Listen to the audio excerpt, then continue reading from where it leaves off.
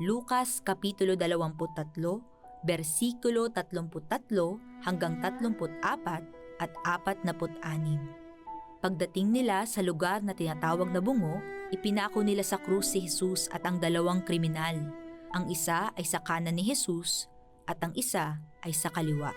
Sinabi ni Jesus, "Ama, patawarin mo sila dahil hindi nila naalalaman ang kanilang ginagawa." Sumigaw ng malakas si Jesus, "Ama, ipinagkakatiwala ko sa inyong mga kamay ang aking espiritu." At pagkasabi niya nito, nalagot ang kanyang hininga. Ngayong Biyernes Santo, tinatawag tayo ni Jesus na magmahal kahit nasasaktan, magpatawad kahit mahirap, at magtiwala sa Diyos kahit hindi malinaw ang bukas. Sapagkat sa krus, ang kamatayan ay hindi wakas. Ito ang simula ng pag-asa.